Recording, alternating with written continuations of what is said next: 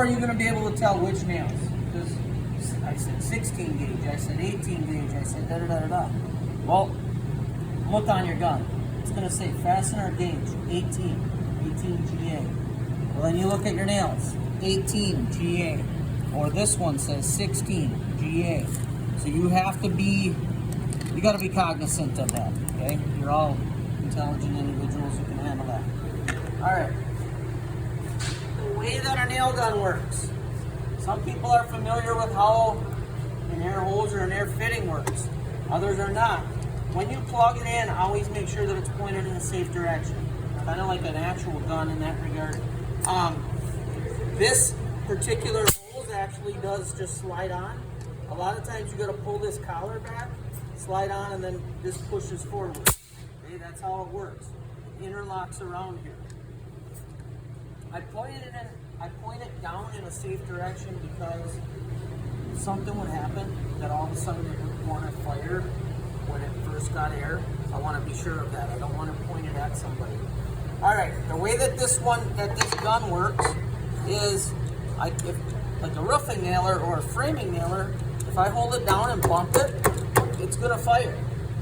This will not. I have to depress the trigger.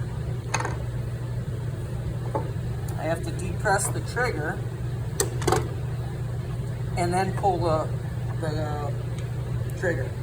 Or I'm sorry, I have to depress the nose and then I have to pull the trigger. So on here there's a trigger, but then there's this nose depressing safety mechanism. I always want to make sure that my hands and fingers stay back, or any body parts stay back at least the distance of the fastener. These are 1.5 inches long, so I want to make sure that I stay back at least 1.5 inches. I'm going to point it straight in. I'm not going to point at an angle that way or an angle this way. I want it pointed straight in. And then I give it one nice firm tap of the trigger. I'm pushing down with a pretty good amount of pressure. I'm pushing down, and I just pull the trigger. One nice sharp tap. That's what I get. So that is my one nail. Okay. Now, can I reef on it and do all kinds of stuff to it yet? No. I'm relying on that glue setting up. Remember I said, you're going to put glue on here, then you're going to go through this process. Does that make sense? So then I would go one end, then I would work my way over to the middle and shoot the middle, then I would work my way to this end. Look at where I'm at. This is kind of my make-believe stretcher, right? So I got to think about, like, I don't want to shoot way to the inside or way to the outside. I want to be dead on about the middle when I shoot it, right? Makes sense? Again,